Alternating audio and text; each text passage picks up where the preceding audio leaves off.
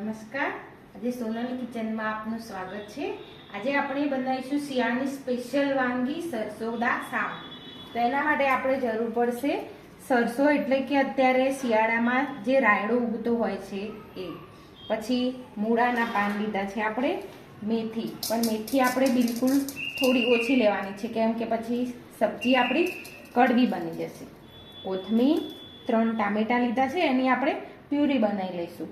પછી એમાં લસણ, આદુ અને મરચાંની પેસ્ટ બનાવી લેવાની। પછી જીરું, હળદર, મરચું, મીઠું, ધાણા જીરું અને આ છે બેસન। આની જગ્યાએ આપણે મકાઈનો લોટ પણ લઈ શકીએ છીએ, અને તેલ વઘાર માટે। હવે આ 3 શાકભાજીને આપણે બાફા મૂકી દઈશું। આપણે આમાં 1 ગ્લાસ પાણી રેડી દઈએ અને હવે આને બાફા મૂકી દઈશું।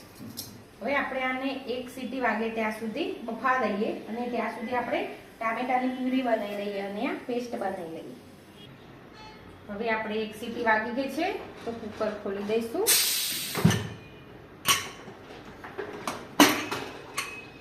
અને પાણી કાઢીને પછી મિક્સરમાં ક્રશ કરી દઈશું।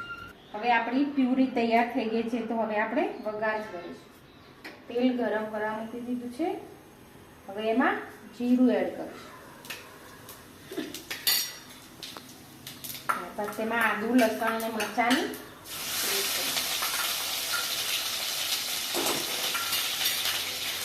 સારી રીતે હલાવો, મીડિયમ ગેસ પર।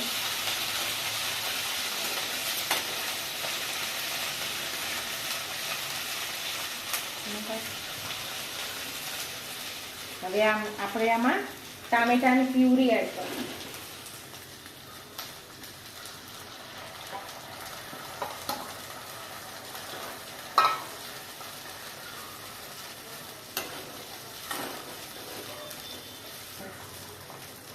હવે જ્યાં સુધી આમાં તેલ છૂટું ના પડે ત્યાં સુધી આપણે એને થવા દઈશું। હવે આપણું તેલ તમે જોવો છો છૂટું પડી ગયું છે। હવે આપણે આ બધા જ મસાલા એની અંદર એડ કરી લઈશું। મસાલા ચડી ગયા છે, હવે આપણે આ પ્યુરી એડ કરી લઈશું।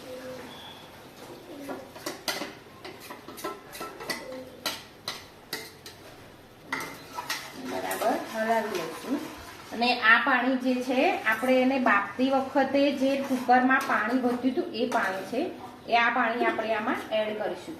અને બીજું જો જોઈએ તો તમે વધારાનું પાણી પણ એડ કરી શકો છો।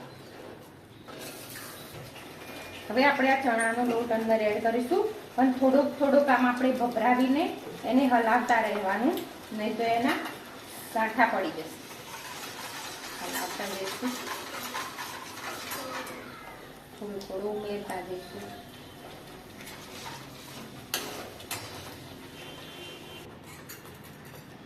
હવે આપણે આ પાણી અંદર એડ કરી દઈશું, થવા દઈશું। હવે આને આપણે 5 થી 7 મિનિટ ચડવા દઈશું, એટલે આપણું સરસોદા શાક તૈયાર થઈ જશે।